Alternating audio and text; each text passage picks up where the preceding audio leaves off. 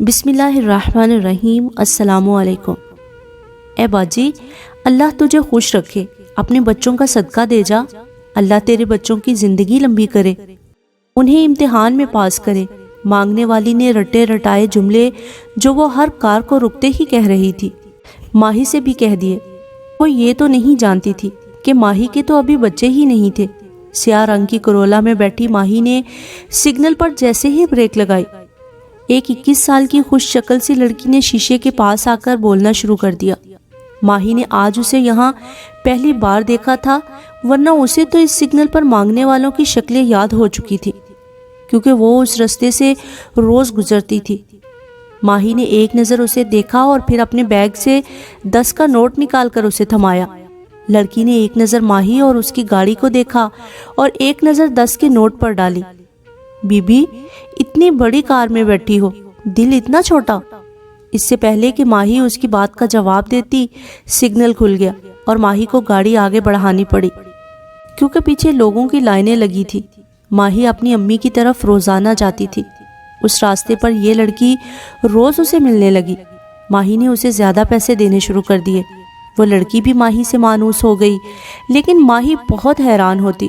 وہ لڑکی مانگنے والی لگتی نہیں تھی، لیکن سگنل پر کھڑی روز مانگ رہی ہوتی تھی۔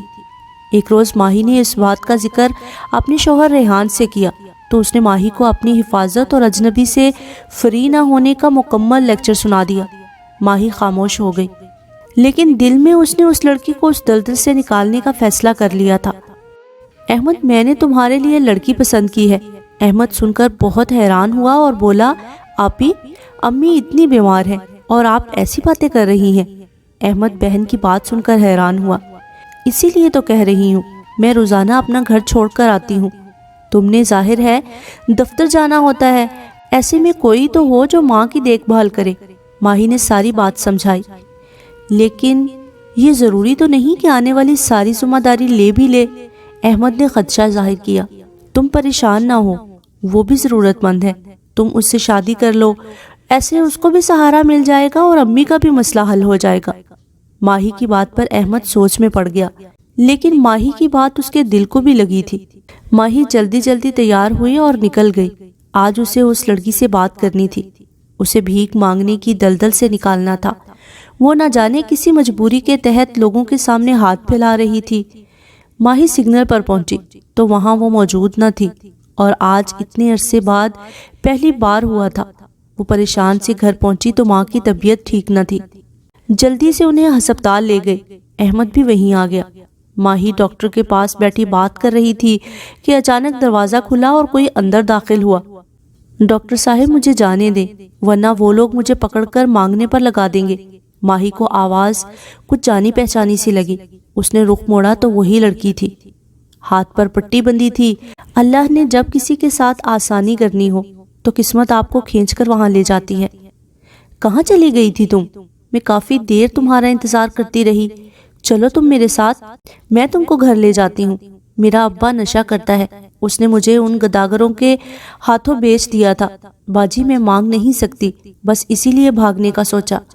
گاڑی سے ٹکر ہو گئی تو پھر یہ ڈاکٹر صاحب مجھے یہاں لے آئے۔ اس نے ماہی کو تفصیل بتائی تو ماہی نے اس کو ساتھ لیا اور ایمرجنسی میں آ گئی، جہاں احمد اپنی ماں کے ساتھ ماہی کا انتظار کر رہا تھا۔ ماہی نے احمد کو اشارے میں تحریم کے بارے میں بتایا۔ احمد نے نظر اٹھا کر دیکھا۔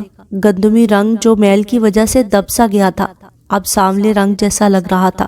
تیکھے نین نقش کے ساتھ لمبی سیاہ زلفیں اور بڑی بڑی آنکھوں والی تحریم اسے بھا گئی۔ ماہی نے تحریم کو بھی راضی کر لیا۔ احمد نہیں جانتا تھا کہ تحریم کو ماہی کیسے جانتی ہے۔ ماہی نے بس یہی بتایا کہ اس کے والدین فوت ہو چکے ہیں اور یہ دنیا میں اکیلی ہے۔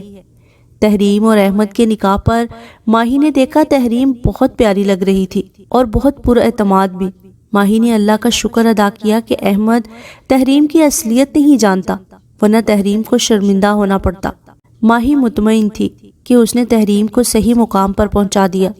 بے شک اللہ پاک بہترین وسیلہ بنانے والا ہے۔ تحریم نے ایک بار پھر ماہی کا شکریہ ادا کیا، جس نے اسے گداگروں کے گروہ سے نکال کر گھر کی رونق بنایا۔ شادی کے بعد احمد اور تحریم باہر نکلے تو ایک بچی نے ہاتھ پھیلائے احمد نے اسے 10 روپے دیے تو وہ بچی بولی اتنی بڑی کار میں بیٹھی ہو اور دل اتنا چھوٹا۔